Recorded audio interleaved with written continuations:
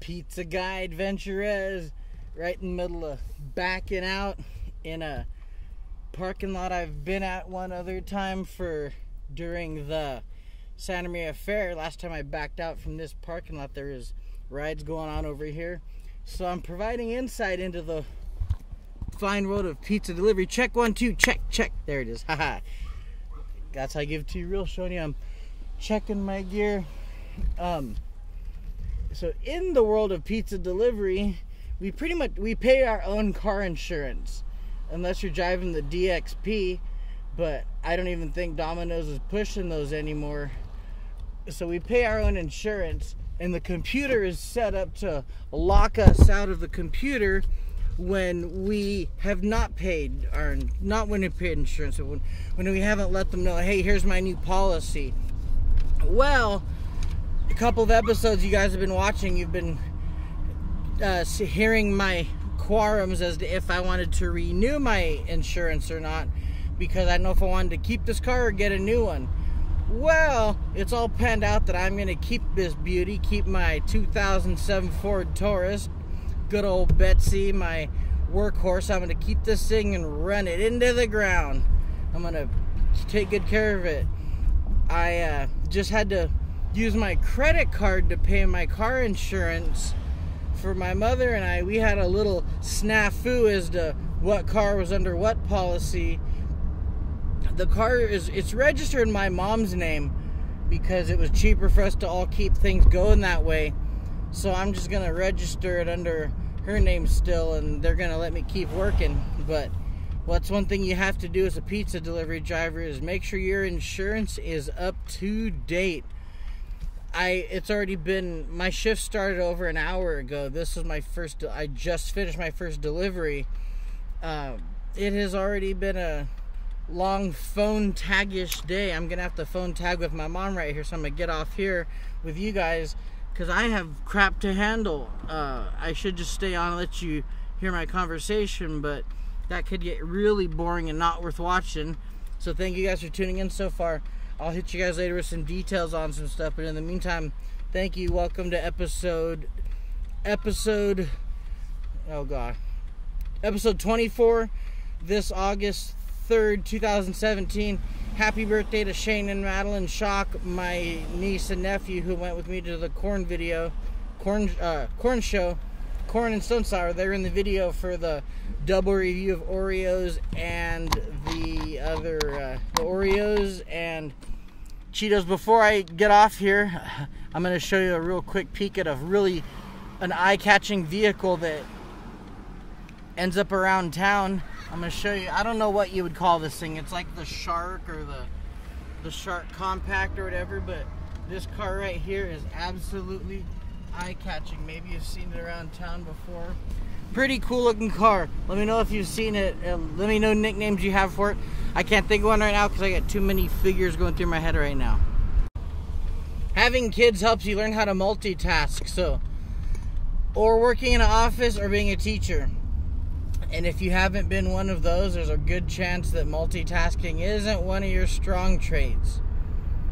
They say women are better than multitaskers, and I believe it. But if there are women in the world who are not good multitaskers, I believe I know who those women are. And there's only a couple of them that aren't. But for the most part, women are good multitaskers. I just happen to be related to one of them that isn't. So, and I have a kid with one of them that isn't. But all other women can multitask like MFs. But. If you drink half of a 5-hour energy, does that make it 2.5-hour energy? Or if you just drink 1/5 of a 5-hour energy, does that make it 1-hour energy? Pizza guy AdventurEZ with Talia, my coworker. Hi, Ezra. We're so good that we order our own food. Like we grub our own food. I love it. Thank you. Woohoo! An old ladies that drive trucks, that's a lady that could beat your ass. Like, I don't care who you are. Especially like an old lady in like an old 70s or 80s, like an old not in that age bracket, but she's driving like a 1980 like Ford F-150 or like old Silverado or a Z71 or old Ram pickup or something, even old big Toyota T100 or something. Old lady driving that shit, she'll beat your ass, and there's nothing you can do about it but be like, I got beat up about old lady. All you can do is film it and hope it goes viral, and then you get to say, I got to be part of a viral video where an old lady beat my ass upon me cutting her off because she's in a big ass truck and I was in not a big ass truck. And what are you really gonna do? You're not gonna fight her back, but chances are if you could, she'd probably beat your ass anyway. So don't Filipino with an old lady in the truck. I talk about the Dodgers a lot on my show here because, well, I'm a huge Dodger fan. I've only been to 5 games total, but I never got to go to them when I was little. My parents they're both have the anxiety of not wanting to be around big groups, and Dodger games are pretty walled, but I just got to have a quick little talk with someone who's a Dodger fan. I overheard them listening to a game. It wasn't Dodgers, but they're Dodger fans, and talking about just how awesome Dodger fan loyalty is. Dodger fans are some of the most loyal. I know that other people sit there and say, oh, we're loyal, other fans.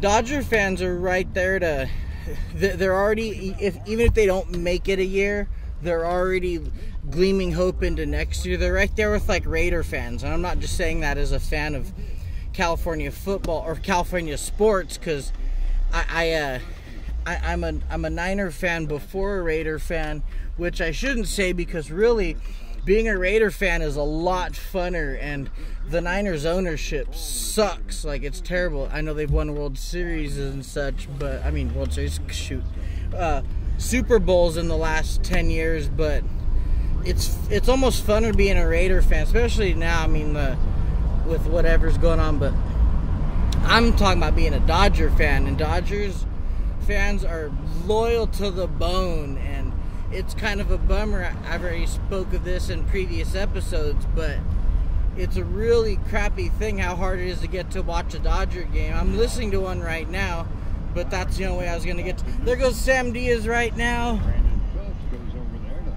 Daddy! I say that because Sam Diaz is going to be a dad. Good. That's one of my best friends right there, Sam Diaz. That guy has been there from the beginning.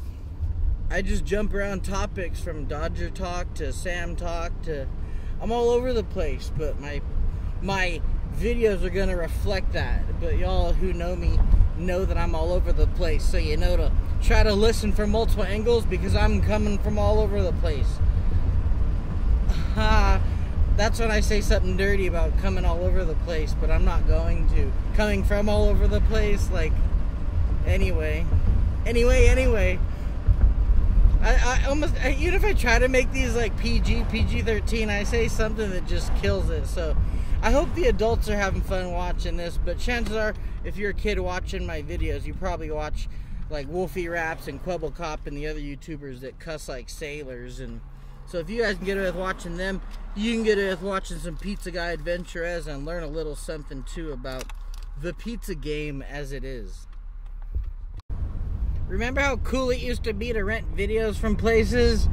Like going to rental stores and looking for something. I know people have Netflix and they sit there and it's supposed to feel the same looking through either a Netflix list of movies you can have delivered or renting from just start streaming something. And I appreciate some of the series Netflix has to watch.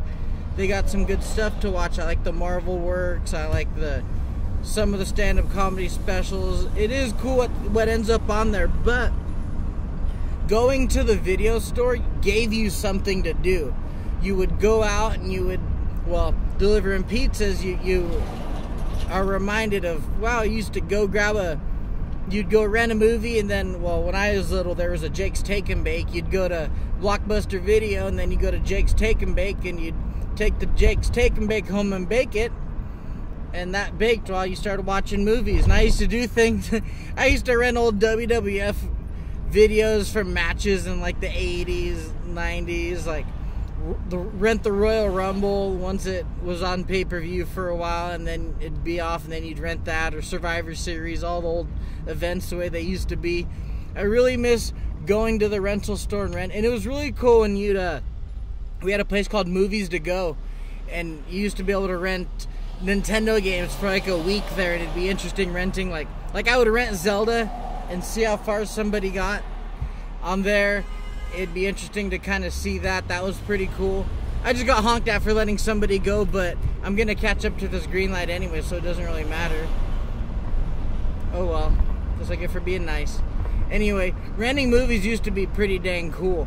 It was a whole adventure. There's another place rental stores there used to be rental stores everywhere, and it was interesting watching mom and pop places compete with the Hollywood videos and the blockbusters, seeing what they could do to...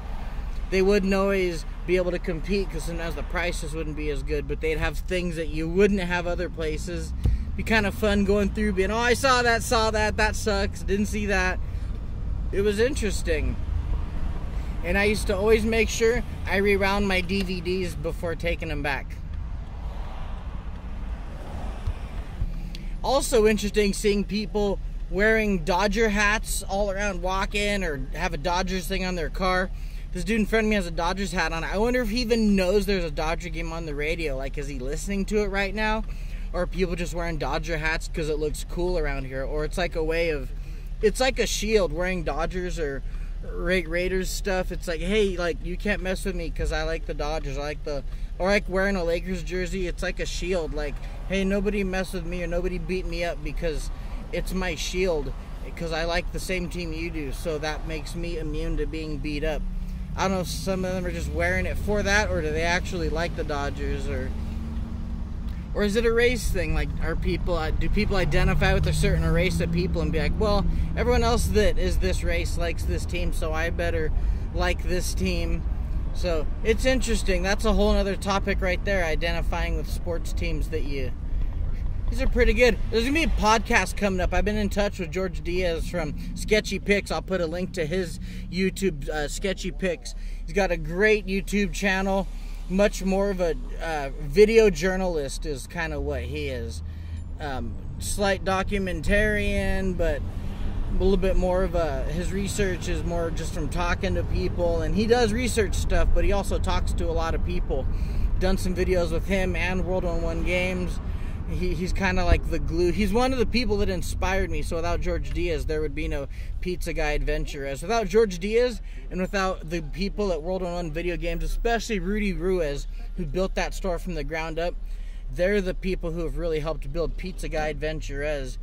And my good people at Domino's and Shalane have kept Pizza Guy AdventurEZ going. So I really owe it to those people who all have kept it going. And I gotta thank my own son for watching the people who's taught me to... He didn't teach me, but he's shown me some people where I'm like, hell, if these bastards can do it, I can do it. So I thank him in a weird way too. So without all of those, I wouldn't be doing Pizza Guy AdventurEZ. Last hour and a half of my shift, I just saw a van with the license plate for a car dealership in Bakersfield called Three-Way Chevrolet. Three-Way Chevrolet.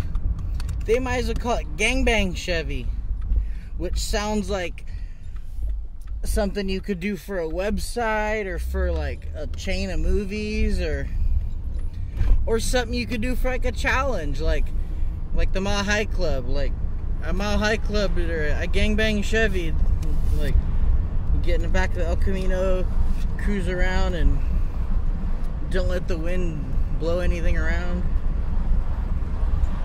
This already crossed between being a PG-13 rated something or other. Even though YouTube doesn't rate things, I didn't cuss a bunch. I'm suggestive. I'm like parental advisory. Explicit lyrics inside.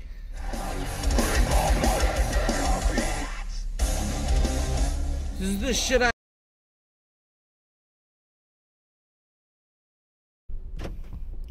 I'm sorry for yelling earlier. That was uncalled for. You know what?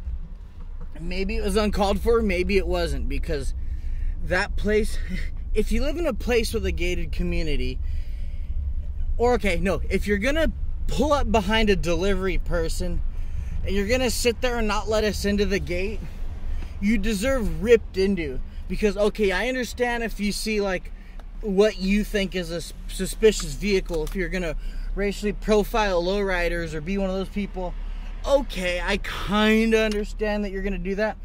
But I got a magnet on top of my car that says Domino's Pizza, the most internationally recognized pizza franchise probably in the world. You can't just buy these. It's on the car. You see me stand there, I'm in uniform. You're gonna flash your lights at me. You're gonna be like, hurry up, get in. I don't have like a master gate key or nothing. All I have is the gate codes I've saved and I've memorized. And if they don't give me the right code, I can't get in. And on top of that, if it's to go into a place with 400 trailers that aren't in order, what do you expect? Like, that's a frustrating ass drive. That place like eats my gas to go to, and it frustrates me. I mean, and it's a senior homes or senior mobile park, so I understand not getting a tip out of it, whatever.